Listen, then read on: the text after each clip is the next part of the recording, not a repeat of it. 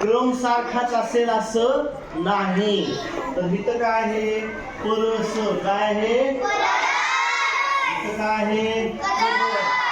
आता याच्यात पण याच्यात कोणतं अक्षर समान आहे?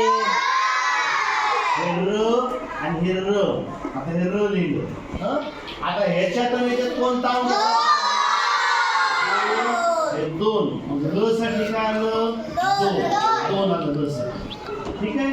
हा आता बघा इथं आणि इथं परस आणि सनक कोणता अक्षर सारखा आहे?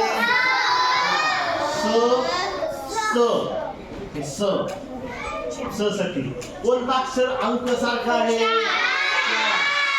4. इथं पण 4 आहे, इथं पण 4 आहे. मग स साठी आलं 4. लक्षात आलं? आता उरलं कोणतं? प उरलं. आणि काय उरलं इथं? हा मग प साठी काय आलं? 6. हा इथं क द र स न क ह्याच्यामध्ये कोणता अक्षर सारखा आहे? क आहे, क आहे सारखं. कळालं? अंक कोणता सारखा आहे? 7. मग क साठी आलं 7. आता इथं उरलं काय?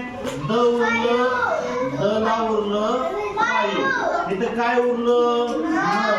न ला उरलं 3. लक्षात आलं? आता प्रश्न काय आहे? सदन. स साठी काय आलं? 4. स साठी काय आलंय? 4. द साठी काय आलंय? 5. न साठी काय आलंय? ह्याचं उत्तर काय आलं? 4, 5, 3.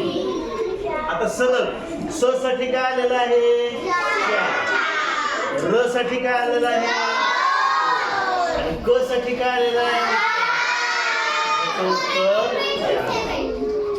म्हणजे लक्षात आलं का? काय करायचं? समान अक्षरे आणि समान अंक शोधला की उत्तर आपल्याला सापडतं. कळालं सगळ्यांना? आता मी असा प्रश्न देणार आहे, तुम्ही सोडवून दाखवायचा.